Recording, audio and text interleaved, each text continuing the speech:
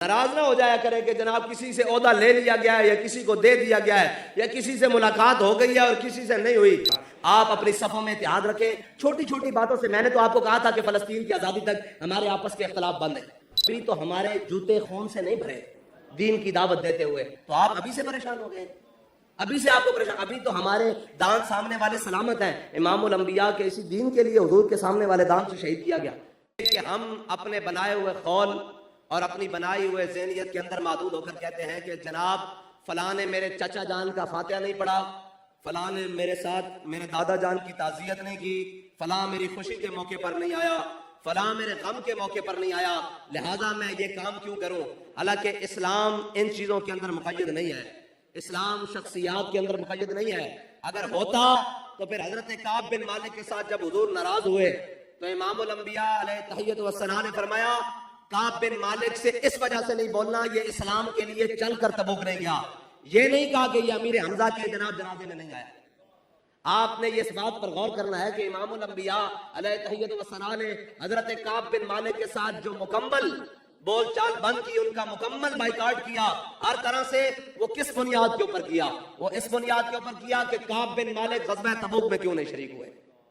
اس لیے اور اس کے علاوہ آج تک حضور نے کسی کے ساتھ ناراضگی کا اظہار کیا ہو دین اسلام کی وجہ کو چھوڑ کر, تو ہمیں کوئی آ کر ہماری اصلاح کرے, ہم ماننے کے لیے تیار ہیں. حضور نے جب بھی کسی کے ساتھ ناراضگی کا اظہار کیا دین اسلام کی وجہ سے کیا, یا کسی غزوہ میں رہ جانے کی وجہ سے کیا, یا کسی اسلام کے احکام کے چھوٹ جانے کی وجہ سے کیا. لیکن آج ہم اپنے چاچے اور مامے کے لیے, اپنی جبہ اور دستار کے لیے, اپنے نام اور القابات کے لیے, اپنے عہدے اور جناب اپنے منصب کے لیے ناراض ہوتے ہیں. جی کل میرے پاس تھا, آج مجھ سے لے لیا گیا ہے. میں نے کہا اگر مجھ سے پوچھو تو مجھ سے آج لے لو, میں کل بہتر کام کرنے کے لیے اور تیار ہوں.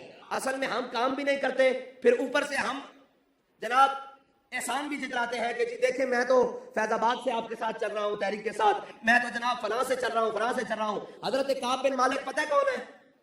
پتہ ہے کون ہے؟ جنہوں نے غزوہ احد میں جب امام الانبیاء کی ذرہ کو پہچان لیا کافروں نے, اور سارے کافر ٹوٹ پڑے حضور پر تلوار تیر اور نیزوں کے ساتھ. انہوں نے حضور کی یا رسول اللہ یہ کافروں نے آپ کی ذرہ پہچان لیا ہے, یہ ذرہ اتار کر مجھے پہنا دے, میں ایک جانب چل پڑوں گا, یہ سارے میرے پیچھے چل پڑیں گے, حضور آپ تشریف لے جائیے گا. یہ اتنی بڑی قربانی کے باوجود انہوں نے تو نہیں کہا حضور وہاں تو ذرہ بھی پہنی تھی, آج ایک غزوے میں نہیں گئے تو کیا بات ہو گئی. ناراض نہ ہو جایا کرے کہ جناب کسی سے عہدہ لے لیا گیا ہے یا کسی کو دے دیا گیا ہے یا کسی سے ملاقات ہو گئی ہے اور کسی سے نہیں ہوئی. جناب اپنے سے موازنہ کرنا شروع کر دیتے ہیں. میرے آقا مولا صلی اللہ تعالیٰ علیہ وسلم نے حضرت بلال حبشی کو طلب فرمایا. حضور نے فرمایا جاؤ بلال کعب بن مالک کے دروازے پر جا کر دستک دو, اور جب وہ باہر آئیں تو انہیں جا کر کہنا کہ اپنی بیویاں میکے بھیج دو. حضرت بلال پہنچے, حضرت کعب بن مالک کے دروازے پر دستک دی, کہا کعب باہر آؤ. حضرت کعب بن مالک آئے, انہوں نے کہا کیا ہوا, کوئی قرآن کی آیت نازل ہو گئی, کوئی حکم آیا؟ انہوں نے کہا بالکل حکم آیا ہے امام الانبیاء کی طرف سے. حضور نے فرمایا کہ اپنی بیویوں کو میکے بھیج دو. تو انہوں نے کہا حضور سے پوچھ کر آؤ کہ طلاقیں دے کر بھیج دیا یا ویسے بھیج دے. یہ ہوتا ہے کارکن جو جناب اصول کی پابندی کرتا ہے, جو حکم کو بجا لاتا ہے, جو حضور کی محبت کا جس کو ایک دفعہ جام مل گیا ہے نا, پھر وہ دائیں بائیں نہیں دیکھتا, وہ تو کہتا ہے مر ہی جاؤں جو اس در سے جاؤں دو قدم, کیا بچے بھی مارے غم قرب مسیحا چھوڑ کر, اور ایسے جلوے پہ کروں لاکھ حوروں کو نثار.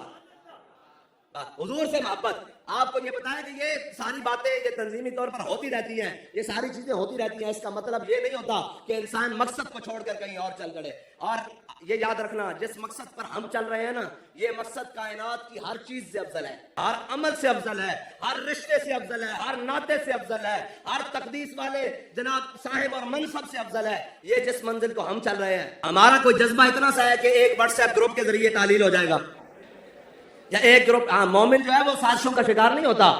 منافق تو ازل سے رہے ہیں اور ابد تک رہیں گے. منافقوں کا کام ہے, انہوں نے رہنا ہے ساتھ میں. لیکن آپ نے منافقین کے چال میں یہ جو اب یہ دجالی آلات ہیں, یہ میڈیا ہو گیا, یہ ساری چیزیں ہو گئی, ان کا تو کام ہے سازشیں کرنا. آپ کیا ایک واٹس ایپ کی ایک خبر سے وہ جی فلاں نے ایسے کر دیا, پڑے اس بلا میں میری بلا, میں گدا ہوں اپنے کریم کا, میرا دی پا رہا ہے نا نہیں. بابا جی سے کسی نے کہا کہ جناب اب تو یورپی یونین نے بھی آپ کے خلاف قراردادیں پیش کر دی ہے, پاکستان کے اندر جتنے مقتدرہ ہیں وہ بھی آپ کے خلاف ہو گئے ہیں, اور یہ بھی بابا جی نے کہا ان کا بھی پالا پڑا نہیں, ان کا پالا حضور کے غلاموں سے اب پڑا ہے. ہاں امتحان ہمارے ضرور آئیں گے, لیکن انعام بھی ادھر سے اتنے ہی بڑے آئیں گے.